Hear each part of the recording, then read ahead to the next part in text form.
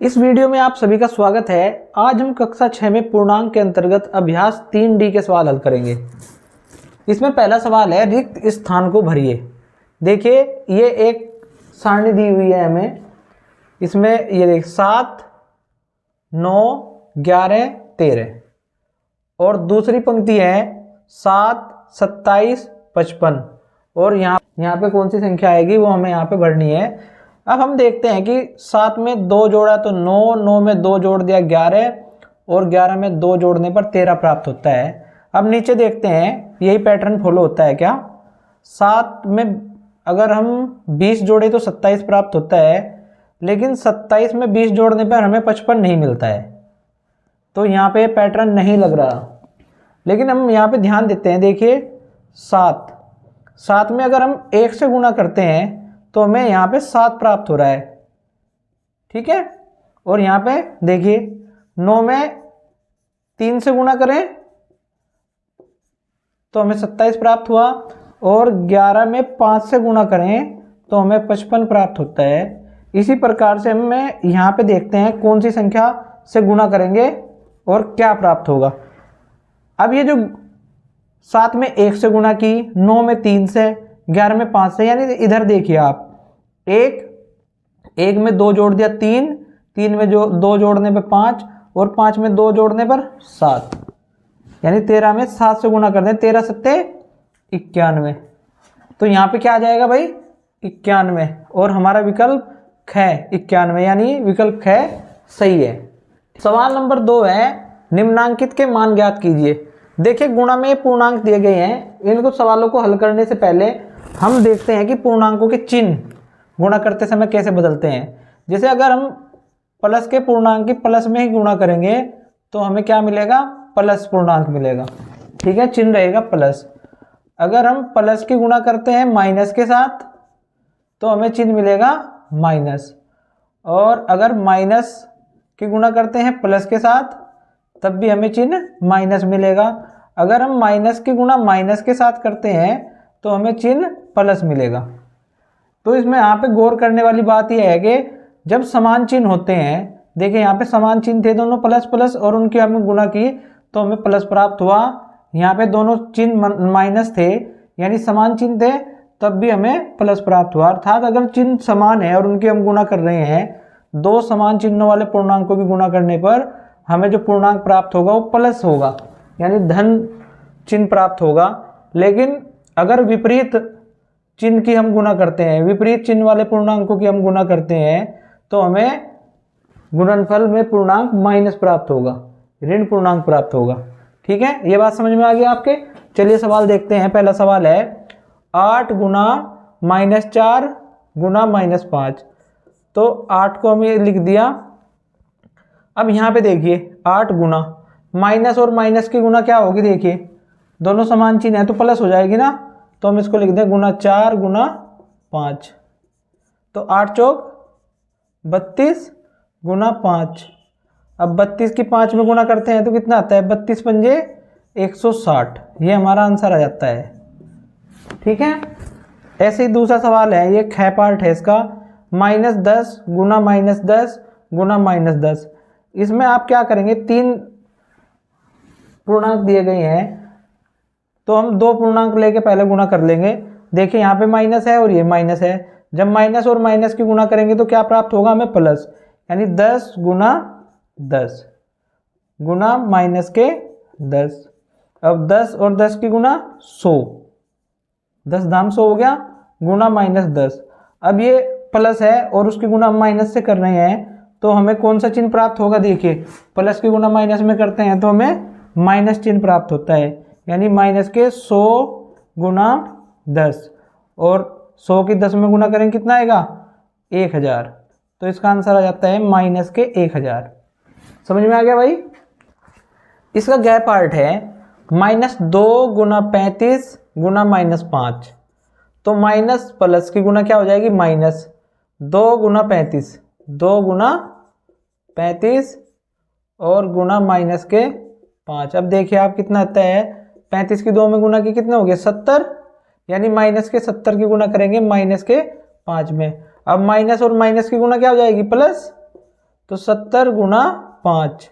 अब 70 की 5 में गुना करेंगे, 5 सत्ते 35 और ये शून्य लगा दिया यहाँ पीछे से, तो ये आ गया 350। इससे अगला सवाल है -8 गुना +57 गुना 0। अब माइनस और प्लस की गुना क्या होगी, माइनस होगी ना, 8 गुना 57 और गुना 0। इसको हल करने की आवश्यकता नहीं है, आपको पता है जब भी शून्य की हम किसी भी पूर्णांक से गुना करते हैं तो हमें क्या प्राप्त होता है, शून्य। तो इसका आंसर आ जाता है 0।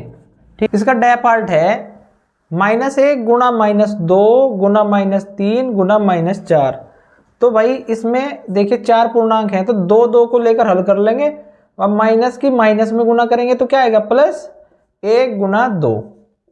अब गुना माइनस की माइनस में गुना होगी, प्लस चिन्ह प्राप्त होगा और ये हो गया 3 गुना 4।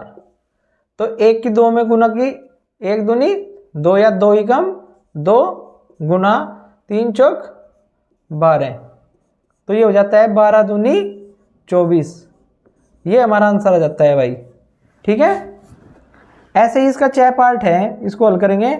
-4 की गुना -8 में गुना -12 गुना -5, इसमें भी 2 2 लेकर के हम हल कर लेते हैं। माइनस और माइनस की गुना प्लस हो जाएगी, ये हो गया 4 गुना 8 गुना, यहाँ पे भी माइनस और माइनस की गुना प्लस, तो 12 गुना 5, 4 अठे 32 गुना 12 पंजे 60। अब देखिए इसको हल करेंगे, गुना करते हैं इसकी, 6 दूनी 12 का 2, हासिल को 1, 6 3 18 और 1 19 और ये 0, 1920 हमारा आंसर आ जाता है। ठीक है, सवाल नंबर 3 है, निम्नांकित के मान ज्ञात कीजिए। तो उसमें क्या पार्ट देखिए, -7 गुना 0 गुना 57 गुना -57। तो ये सभी पूर्णांक गुना में है और इनकी गुना में क्या है, 0। तो 0 की जब कहीं किसी भी पूर्णांक से हम गुना करते हैं तो उसका मान क्या हो जाता है, 0। तो यहाँ पे आंसर हमारा क्या आ जाता है, 0। इसी ख पार्ट है 1456 गुना 625 -456 गुना 625। तो हम यहाँ पे देखते हैं भाई, ये 625 यहाँ पे भी है और यहाँ पे भी है, इसका मतलब ये आ गया कॉमन। 625 को हम कॉमन या उभयनिष्ठ ले लेते हैं और यहाँ से 625 आ गया, तो ये क्या बच गया, 1456 माइनस, अब 625 ये आ गया बाहर, क्या बच गया यहाँ से, 456 लिख दिया। अब देखिए भाई बच्चों, 1456 में से 456 घटाए तो कितना बच गया, 1000। अब हम 625 के 1000 में गुना करते हैं तो क्या होगा भाई, ये 3 जीरो लग जाएंगे इसके पीछे यहाँ पे। ठीक है, तो ये आ जाता है इकाई, दहाई, सैकड़ा, हजार, 10,000, लाख, 6,25,000। इसका गै पार्ट है -187 गुना -54 प्लस -187 गुना -46। इसको हल करेंगे भाई, देखिए माइनस और माइनस की गुना हो जाती है प्लस, यानी 187 गुना 54 प्लस, यहाँ पे भी माइनस और माइनस की गुना प्लस हो जाती है, तो इसको भी लिख देंगे 187 गुना 46। अब देखिए 187 यहाँ पे भी है और यहाँ पे भी है, दोनों और है, तो यहाँ से हम 187 को ले लेते हैं कॉमन। यहाँ से क्या बच गया, 54 प्लस 187 तो बाहर आ गया और यहाँ से क्या बच गया भाई, 46। तो इस प्रकार से 187, 54 और 46 कितने होते हैं, 100। अब जैसे पिछला सवाल था 187 के हम 100 में गुना करेंगे तो ये 2 जीरो लग जाएंगे पीछे से, 187 के आगे लग गई 2 जीरो, तो ये हो गया 18,700। ये हमारा आंसर आ जाता है। ऐसे इसका घ पार्ट है 18,764 गुना 99 माइनस 18,764। इसको हल करेंगे भाई, 18,764 गुना 99। अब देखिए माइनस और माइनस की गुना क्या होगी, प्लस 18,764। अब ये 18,764 यहाँ पे भी है और यहाँ पे भी है, तो ये कॉमन आ जाएगा ना, 18,764। अब देखिए क्या बचा भाई, यहाँ से 99 और ये यहाँ से बाहर आ गया, तो यहाँ क्या बचा, ये समझने की बात है। आप कहोगे कि जीरो बचा जी, ये तो आ गया, नहीं, जीरो नहीं बचेगा भाई। इसका मतलब है हम 18,764 से इस 18,764 को भाग कर रहे हैं एक प्रकार से। तो भाग करने पे क्या बचता है, 1 बचता है ना। ये आप ऐसे समझ लीजिए कि इसकी गुणा में 1 है। तो जब ये 18,764 यहाँ पे आ गया तो ये 1 हम यहाँ पे लिख देंगे। ठीक है, इसको लिखने की आवश्यकता नहीं है, केवल आप समझिए इस चीज़ को कि 18,764 को जब हम 18,764 से भाग करेंगे तो क्या होगा, 1 प्राप्त होगा ना, वो हमने यहाँ पे लिख दिया। समझ में आ गई है बात। चलिए, तो ये हो जाता है 18,764। अब 99 और 1 कितना हो जाता है, 100। इस प्रकार से जब 100 की गुणा इसमें करेंगे 18,764 में, तो 18,764 और ये 2 जीरो यहाँ पे लग जाएंगी। तो ये आ गया, कितना आ गया भाई, 18,76,400। ये हमारा आंसर आ जाता है। ठीक है, इसका डे पार्ट है 15,341 गुना -2 प्लस -15,341 गुना 98। तो सबसे पहले तो इसकी गुणा करते हैं। देखिए प्लस है माइनस है, तो माइनस का चिन्ह प्राप्त होगा हमें। 15,341 गुना 2। अब ये प्लस माइनस और ये प्लस, तो प्लस माइनस क्या हो गया, माइनस, और माइनस की प्लस में गुणा की तो माइनस प्राप्त होगा। ये आ गया 15,341 गुना 98। ठीक है, तो यहां से हम क्या करते हैं, माइनस 15,341 को ले लेते हैं कॉमन। यहां से क्या मिलेगा हमें, 2 मिलेगा ना। अब यहां पे देखिए बच्चों, जब हमने माइनस बाहर कॉमन ले लिया ना, तो यहां अंदर क्या होगा, प्लस हो जाएगा चिन्ह। ये समझ में नहीं आई होगी तो बात यहां पे ध्यान दो आप। जैसे -15,341 है और यहाँ पे -15,341 है, हमने इस -15,341 पे यहाँ को कॉमन ले लिया, इसको यहाँ पे -15,341 को कॉमन ले लिया, तो देखिए यहाँ पे 2 बच गया ना। अब ये माइनस हमने पूरा का पूरा बाहर कॉमन लिया है, तो यहाँ पे प्लस चिन्ह आ गया और प्लस के 98।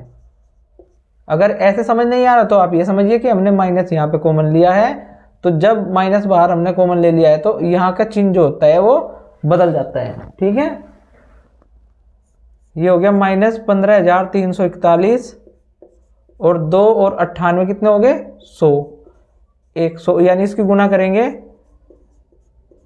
तो ये 2 शून्य यहाँ पे लग जाएंगी, तो ये हो जाता है हमारा 15,34,100 माइनस के। ये आंसर आ गया भाई। इसी प्रकार से अगला सवाल है -8, इसकी गुणा की हुई है, ये मंझला ब्रैकेट है, 10 - 5 - 43 + 98। चलिए इसको हल करते हैं मंझला ब्रैकेट को। 10 और 98 प्लस के हैं, इनको प्लस में हमने जोड़ दिया, 108 हो गया। माइनस के 5 और माइनस के 43, तो इनको माइनस में ही जोड़ देते हैं, ये हो जाते हैं माइनस के 48। -8 गुना, अब जब हम 108 में से 48 घटाते हैं तो आ जाता है हमारे पास 60। अब देखिए ये माइनस है, ये प्लस है, तो माइनस चिन्ह प्राप्त होगा। ये होगा -8 गुना 60। इसकी गुणा करते हैं, 8 छंग 48 और ये 0, यानी माइनस के 480 हमारा आंसर आ जाता है। ठीक है, सवाल नंबर 4 है, पंक्ति क के 2 पूर्णांकों के गुणनफल पंक्ति ख में दिए गए हैं, इन्हें मिलान कर लिखिए। देखिए भाई ये पंक्ति क है, यहाँ पे 2 पूर्णांकों को गुणा के रूप में लिखा गया है और जिनके गुणनफल पंक्ति ख में दिए गए हैं, हमें मिलान करना है सही गुणनफल से। अब देखिए यहाँ पे 3 गुणा -2, ये प्लस ये माइनस, यानी माइनस का चिन्ह प्राप्त होगा, और 3 दूनी 6। अब माइनस के 6 देखिए कहाँ पे है, तो ये हो गया भाई। इसी प्रकार से माइनस और माइनस की गुणा होने पे प्लस प्राप्त होगा, और 4 पंजे 20, तो प्लस के 20, ये हो गया। अब माइनस की प्लस से गुणा करेंगे तो क्या आएगा, माइनस गुना प्लस, माइनस हो गया ना, और माइनस 6 चौक 24, तो माइनस के 24। इसी प्रकार से 7 पंजे 35, ये रहा भाई यहाँ पे, और माइनस माइनस प्लस, 8 तिया 24, यानी प्लस के 24, और 5 तिया 15, प्लस माइनस माइनस, माइनस के 15, ये हो जाता है भाई। ठीक है, सवाल नंबर 5 है, उस पूर्णांक को ज्ञात कीजिए जिसका -1 से गुणनफल है। ये पूर्णांक दिए गए हमें -37, 49 और 0, इसको हमें -1 के गुणा के रूप में लिखना है। देखिए -37 है तो इसको हम कैसे लिख सकते हैं, -1 गुणा 37, तो वो पूर्णांक क्या हो गया भाई 37। यहाँ पे हम उत्तर दे देंगे -1 के गुणा के रूप में, -1 से गुणनफल वाला पूर्णांक क्या हो गया 37। ठीक है, अब जैसे 49 है इसको -1 के गुणा के रूप में लिखेंगे, कैसे लिखेंगे, -1 गुणा -49, तभी तो हमें +49 प्राप्त होगा माइनस की गुणा करके। तो यहाँ पे माइनस वह पूर्णांक जिसका -1 से गुणनफल है वह क्या होगा -49। ठीक है, ऐसे यहाँ पे 0 है तो 0 के लिए तो 0 का कोई चिन्ह नहीं होता है, तो -1 से गुणनफल के रूप में पूर्णांक के लिए 0 को क्या लिखेंगे हम, -1 गुणा 0, तो उत्तर क्या आ जाएगा हमारा 0। ठीक है ना बच्चों। सवाल नंबर 6 है, उत्तर के 4 विकल्पों में से सही उत्तर बताइए। तो इसमें क्या है भाई, 3 + 2 ब्रैकेट के अंदर है ये और बाहर गुणा में 7 दिया गया है। इस प्रकार के सवालों को देखिए कैसे विस्तार करते हैं इसका। जैसे है 3 + 2 और गुणा 7, ठीक है, तो इसका मतलब है इस 7 की इन दोनों संख्याओं में गुणा है। कैसे, 7 की गुणा करेंगे 3 में, 3 गुणा 7, फिर ये प्लस का चिन्ह आ जाएगा, फिर 7 की गुणा हम 2 में करते हैं। इस प्रकार से विस्तार होता है। ठीक है, देखिए कौन सा विकल्प सही है, तो 3 गुणा 7 + 2 गुणा 7, तो विकल्प 3 हमारा सही है। इसी प्रकार से ख है इसका पार्ट, 3 - 2 गुणा 6, ये भी सेम होगा। कैसे, 3 - 2, यहाँ पे गुणा लिख दीजिए चाहे ना लिखिए, अगर यहाँ पे कोई संख्या लिखी हुई है ना ऐसे, तब भी वो गुणा में ही है, अगर बीच में कोई चिन्ह नहीं है। तो भाई 6 की गुणा पहले 3 में होगी, यानी 3 गुणा 6, और फिर चिन्ह आ जाता है माइनस, फिर 6 की गुणा होगी 2 में, 2 गुणा 6। देखिए कौन सा विकल्प सही है, तो विकल्प फर्स्ट हमारा सही है। ठीक, इसका गह पार्ट है, -8 गुणा -5 का मान है। अब देखिए माइनस और माइनस की गुणा हो जाएगी प्लस, और 8 पंजे 40, इसका मतलब विकल्प हमारा सेकंड सही है। गह पार्ट है, 3 ऋणात्मक पूर्णांकों के गुणनफल में एक धनात्मक पूर्णांक से गुणा करने पर गुणनफल का चिन्ह है।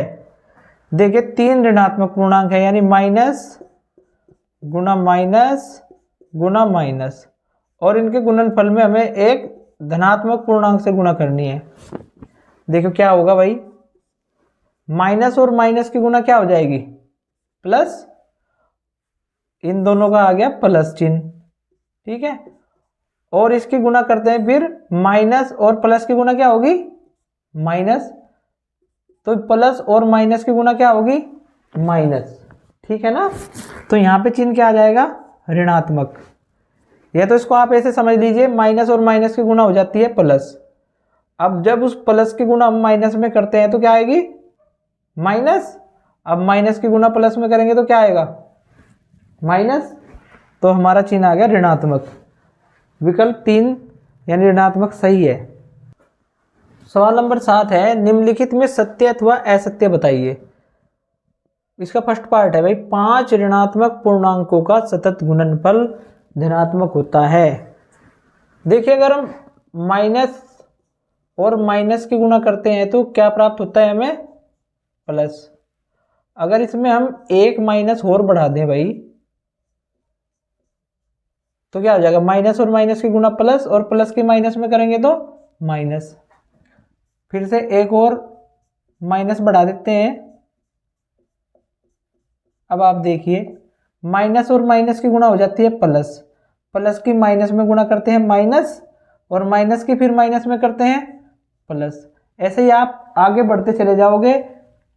इसमें अगर मैं 5 कर दूंगा तो माइनस, और 6 ऋणात्मक पूर्णांकों की लगातार गुणा करेंगे तो प्लस।